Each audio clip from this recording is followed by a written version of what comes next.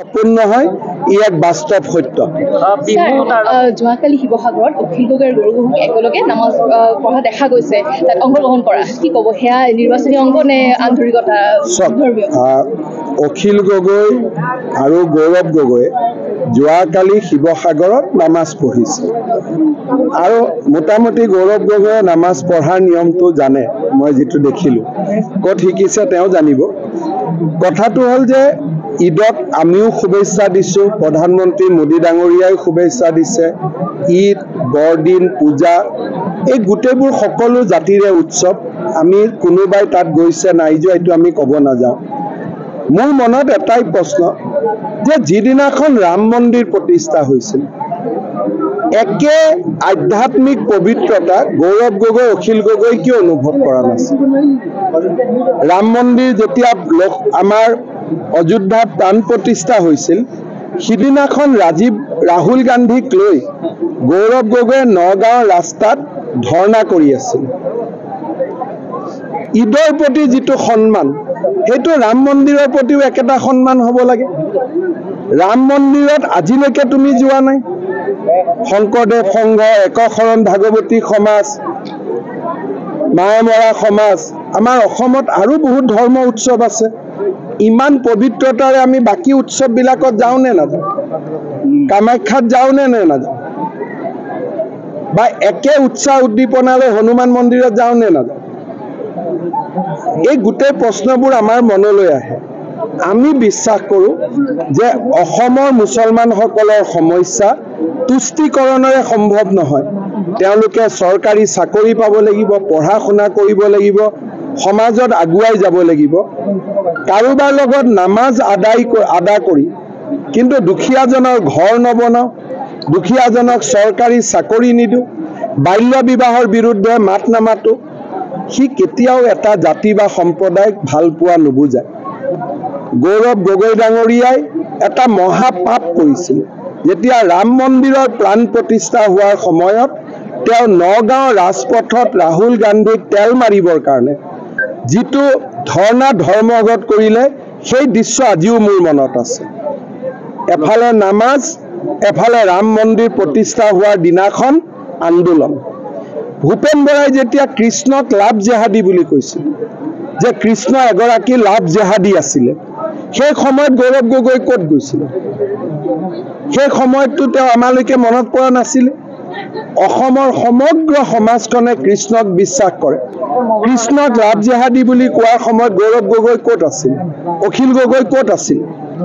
গতিকে এই ব্যক্তিসকলে তুষ্টিকৰণৰ ৰাজনীতি কৰিব খোজে, কাকো ভাল নাপায়। না হিন্দুক ভাল পায়, না মুছলমানক ভাল পায়, না খ্ৰীষ্টিয়ানক ভাল পায়। তুষ্টিকৰণৰ ৰাজনীতি হৈছে তেওঁলোকৰ সৰ্বস্ব। আৰু গৌৰৱ গগৈটো তুষ্টিকৰণৰ তেওঁ তুংগত। এজন হিন্দু মানুহ, ৰাম মন্দিৰ প্ৰতিষ্ঠা হৈছে, ঘৰত মন্দিৰত বৰ সিদিনাখন একো নকলে, প্ৰাণ প্ৰতিষ্ঠাৰ মহোৎসৱ সকলো মানুহে চাইছে। গৈ পেলাই কি কৰিছে? নগাঁৱত ৰাহুল গান্ধীক তেল মাৰিবৰ বাবে আন্দোলন কৰি আছে। কালি নামাজ পঢ়িছে। হিন্দু সমাজৰ মনত প্ৰশ্ন হৈছে যে আমি তেওঁৰ আপোন নহয় নেকি? ৰাম ভক্ত, কৃষ্ণ ভক্তসকলৰ মনত প্ৰশ্ন হৈছে যে কৃষ্ণক লাভ জেহাদী বুলি কওঁতে তেওঁ কিয় মাত মতা নাছিলে? গতিকে এইবিলাক মানুহে না হিন্দুক ভাল পায়, না মুছলমানক ভাল পায়। এওঁলোকৰ কাৰণে আজি আমাৰ সমাজখন পিছুৱাই আছে। এই ৰাজনীতি তুষ্টিকৰণ, না তেওঁলোকে হিন্দুক ভাল পায়, না তেওঁলোকে মুছলিমক ভাল পায়। তুমি নামাজ পঢ়িছা, কিন্তু কেইজন দুখীয়া মানুহে আৱাস যোজনাৰ ঘৰ পালে? কেইজন মুছলমানৰ দুখীয়া ছোৱালীক তুমি বাল্য বিবাহৰ পৰা ৰক্ষা কৰিলা? কেইজনী তালাক হোৱা মহিলাৰ কাষত তুমি গৈ থিয় হলা? সেইটোতো নাই। নামাজৰ দিনা আহিলো, নামাজ পঢ়ি দিলো, মুছলমানে মোক ভোট দিব। আৰে বাবা, হিন্দুৰো ভোট আছে। ৰাম মন্দিৰৰ দিনাখন তুমি যে আন্দোলন কৰিলা, তাকো ৰাহুল গান্ধীৰ লগত, তেওঁতো কি ধৰ্মৰ মানুহ কোনেও নাজানে, তেওঁৰ লগত বহি যে তুমি আন্দোলন কৰিলা নগাঁৱৰ ৰাস্তাত, সেইটো কি হ'ব? কৃষ্ণক লাভ জেহাদী বুলি কিয় ক'লা? হিন্দু, মুছলমান, খ্ৰীষ্টিয়ান সকলোকে সমান চকুৰে চোৱা। হিন্দু সমাজক উপলুঙা নকৰিবা। গেৰেণ্টি আৰু ন্যায় তেওঁলোকৰ পকেটত সোমাই থাকক না। অসমততো চৰকাৰ মোৰ আছে না। পাঞ্জাবৰ মুখ্যমন্ত্ৰী 1:30 বজাত পাবহি তিনিচুকীয়া ফুৰি চাওক চাহ বাগিচা চালে ভাল পাব কাৰণ পাঞ্জাৱত ধান দেখা পায় ইয়াতে চাহপাত দেখা পাব মনটো ভাল লাগিব গতিকে আপোনালোকেও তেওঁক আদৰণি জনাব আমিও আদৰণি জনাম নিৰ্বাচনৰ মাত্ৰ এসপ্তাহ আগত পৰেশ অসমৰ জ্যেষ্ঠ ভাতৃৰ যোগদানটো মিত্ৰজোঁটৰ অন্যতম ৰাজনৈতিক নেকি পৰেশ বৰুৱাৰ জ্যেষ্ঠ ভাতৃৰ এজিপিত যোগদান মইতো ৰাজনীতিক দৃষ্টিৰে নাচাওঁ তেওঁ এজন নিজৰ ব্যক্তি আৰু তেওঁ নিজে যোগদান কৰিব পাৰে কিন্তু পৰেশ বৰুৱাৰ প্ৰতি আমাৰ সদায় আগ্ৰহ আছে যে আলোচনালৈকে আহক আমি একেলগে কথা বতৰা পাতিম অসমৰ এই সুন্দৰ পৰিৱেশটো আমি ধৰি ৰাখিব লাগে আৰু মই ভাবোঁ যে আমাৰ কথা বতৰা পৰেশ বৰুৱাৰ লগতহে তেওঁ জ্যেষ্ঠ ভাতৃ বা কনিষ্ঠ ভাতৃয়ে কি কৰিছে তো তেওঁলোকৰ ব্যক্তিগত কথা তাত আমি চকু দিয়া বা কমেণ্ট দিয়াটো উচিত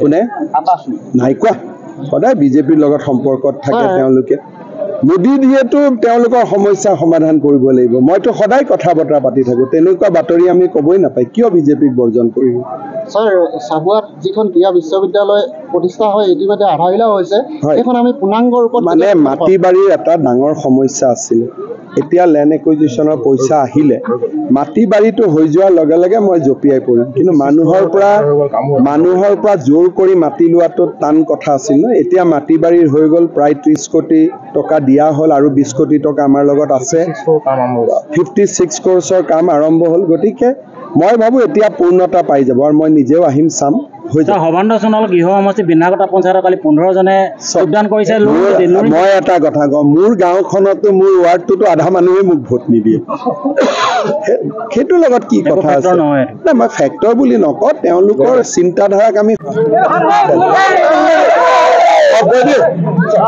আজি নৱগঠিত চাবুৱাৰ লাহোৱাল সমষ্টিত ভাৰতীয় জনতা পাৰ্টিৰ প্ৰাৰ্থী সৰ্বানন্দ সোণোৱাল ডাঙৰীয়াৰ হৈ নিৰ্বাচনী প্ৰচাৰ চলালো তেখেতৰ জন্মভূমি চাবুৱা আৰু ইয়াত ৰাইজৰ অপাৰ উৎসাহ উদ্দীপনা দেখি মই এক গভীৰ বিশ্বাসেৰে উভতি গৈছোঁ যে এই সমষ্টিৰ পৰা সৰ্বানন্দ সোণোৱাল ডাঙৰীয়াই 70ৰ পৰা 75,000 লিড লাভ কৰিব পাৰিব এই বিশ্বাস মই লৈ উভতি যাম ৰাইজৰ উৎসাহ উদ্দীপনা